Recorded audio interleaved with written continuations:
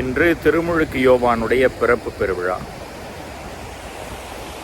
நமக்கெல்லாம் தெரியும், ஆண்டவர் இயேசுனுடைய பிறப்பையும் தூய கன்னிமரியாளுடைய பிறப்பையும் திருச்சபை திருவழிபாட்டு விழாவாக கொண்டாடுகிறது. அவர்களை தவிர்த்து இன்னொருவருடைய பிறப்பு விழா கொண்டாடுவது திருமுழுக்கு யோவானுக்கு மட்டுமே. மற்றபடி எல்லா புனிதர்களுடைய விழாக்களும் அவர்கள் இறந்த அல்லது வேத சாட்சியாக மரித்த நாள்தான் விழாவாக கொண்டாடப்படுகிறது.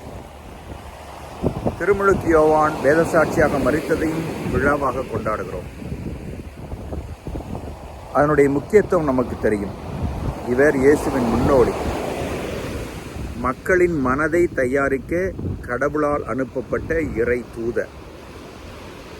அவருடைய வாழ்வு இயேசுவுக்கானது என்பதை உணர்ந்து அதற்காக வாழ்ந்தவர்.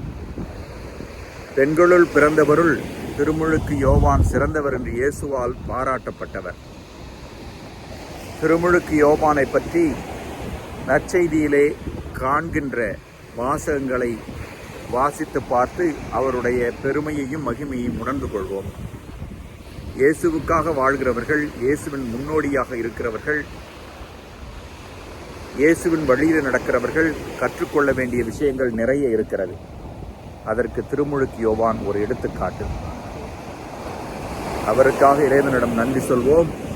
அவர் வழியை பின்பற்றி இயேசுவின் வழியிலே நடப்போம். இது அட்லாண்டிக் பெருங்கடல். நான் முன்பிருந்த பங்கு இங்கே நான் வந்தேன். அதனால் தான் இங்கேயே இந்த செய்தியை பதிவு செய்திருக்கிறேன்.